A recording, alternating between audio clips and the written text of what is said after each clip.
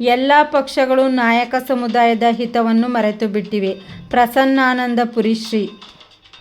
ಪ್ರಸ್ತುತ ಸರ್ಕಾರಗಳು ನಮ್ಮನ್ನು ವೋಟ್ ಬ್ಯಾಂಕ್ ಮಾಡಿಕೊಂಡಿದ್ದು, ಎಲ್ಲ ಪಕ್ಷಗಳು ಚುನಾವಣೆಗಳು ಬಂದಾಗ ಮಾತ್ರ ನಮ್ಮ ಬಳಿ ಬರುತ್ತವೆ.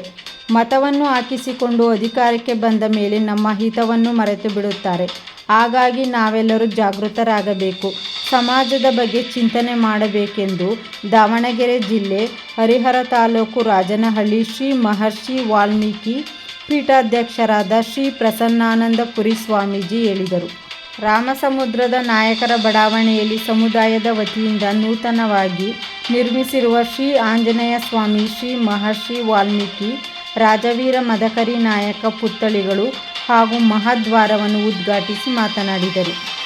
ರಾಜ್ಯದಲ್ಲಿ 75 ಲಕ್ಷಕ್ಕೂ ಹೆಚ್ಚು ನಾಯಕ ಸಮುದಾಯವಿದ್ದು, ತಮ್ಮ ಮಕ್ಕಳ ಭವಿಷ್ಯ ಉಜ್ವಲಕ್ಕಾಗಿ ಪೋಷಕರು ಸರ್ಕಾರದ ಸೌಲಭ್ಯಗಳನ್ನು ಸಮರ್ಪಕವಾಗಿ ಬಳಸಿಕೊಂಡು ತಮ್ಮ ಮಕ್ಕಳನ್ನು ಶಿಕ್ಷಣವಂತರನ್ನಾಗಿ ಮಾಡುವ ಮೂಲಕ ಮುಖ್ಯವಾಹಿನಿಗೆ ಬರಬೇಕೆಂದು ಸಲಹೆ ನೀಡಿದರು. ಕಾರ್ಯಕ್ರಮದ ಅಧ್ಯಕ್ಷತೆ ವಹಿಸಿದ್ದ ಕೇಂದ್ರ ಬರ ಪರಿಹಾರ ಸಮಿತಿ ಮಾಜಿ ಅಧ್ಯಕ್ಷ ಎಂ. ರಾಮಚಂದ್ರ ಮಾತನಾಡಿ, ಆಧ್ಯಾತ್ಮಿಕದಿಂದ ಮನಸ್ಸಿಗೆ ಸುಖ, ಶಾಂತಿ, ನೆಮ್ಮದಿ ಸಿಗಲಿದೆ. ಆದ್ದರಿಂದ ಬಿಡುವಿನ ಸಂದರ್ಭದಲ್ಲಿ ವಾಲ್ಮೀಕಿ ಕೃತಿಗಳನ್ನು ಅಧ್ಯಯನ ಮಾಡಿ ತಮ್ಮ ಜೀವನದಲ್ಲಿ ಅಳವಡಿಸಿಕೊಳ್ಳಬೇಕೆಂದು ತಿಳಿಸಿದರು.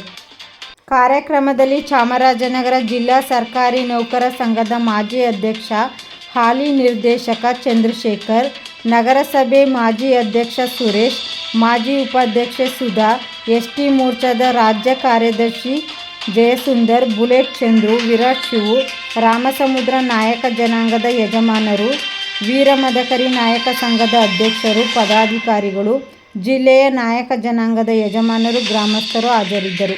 ವರದಿ ಒಮ್ಮ ನಂಜುಂಡ ನಾಯಕ, ಚಾಮರಾಜನಗರ. ನಿನ್ನ ಪ್ರಭು ಶ್ರೀರಾಮ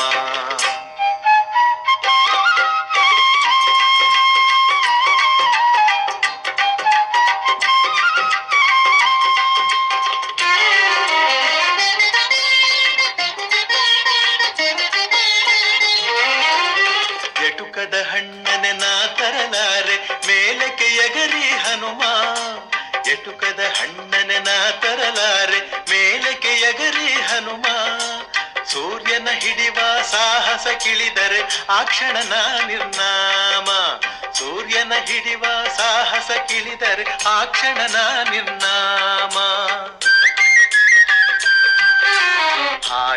ನಮ್ಮ ಜಾತಿಯ ಜನಸಂಖ್ಯೆಗೆ ಅನುಗುಣವಾಗಿ ಮೀಸಲಾತಿಯನ್ನ ಹಿಂದಿನ ಸರ್ಕಾರ ಹೆಚ್ಚಳ ಮಾಡಿತ್ತು. ಇವತ್ತು 7% ಅಂದ್ರೆ ಅಲ್ಲಿಗೆ ನಮ್ಮ ಮಕ್ಕಳಿಗೆ ಎಷ್ಟು ಜನ ಅವಕಾಶ ಸಿಗ್ತದೆ? 280 ಜನ ಮಕ್ಕಳು, ನಮ್ಮ ನಾಯಕ ಸಮಾಜದ ಮಕ್ಕಳು ಇವತ್ತು ಹುದ್ದೆಗೆ ಭರ್ತಿ ಆಗಬೇಕಾಗಿತ್ತು. ಇವತ್ತು ಸರ್ಕಾರಗಳು ನಮ್ಮನ್ನ ವೋಟ್ ಬ್ಯಾಂಕ್ ಮಾಡ್ಕೊಂಡಿದ್ದಾವೆ. ಎಲ್ಲ ಪಕ್ಷಗಳು ಯಾಕಪ್ಪ ಅಂದ್ರೆ ಚುನಾವಣೆಗಳು ಬಂದಾಗ ಮಾತ್ರ ನಾಯಕರು ನೆನಪಾಗ್ತಾರೆ. ಚುನಾವಣೆ ಮುಗಿದ ಮೇಲೆ ಮತವನ್ನು ಹಾಕಿಸ್ಕೊಂಡು ಅಧಿಕಾರಕ್ಕೆ ಬಂದ ಮೇಲೆ ನಮ್ಮ ಹಿತವನ್ನ ಮರೆತು ಬಿಡ್ತಾರೆ. ಹಾಗಾಗಿನೇ ಇವತ್ತು ಇಂತಹ ಸಂದರ್ಭದಲ್ಲಿ ನಾವೆಲ್ಲರೂ ಕೂಡ ಜಾಗೃತರಾಗಬೇಕು. ನಾವೆಲ್ಲರೂ ಕೂಡ ಇವತ್ತು ಸಮಾಜದ ಬಗ್ಗೆ ಚಿಂತನೆಯನ್ನ ಮಾಡಬೇಕು.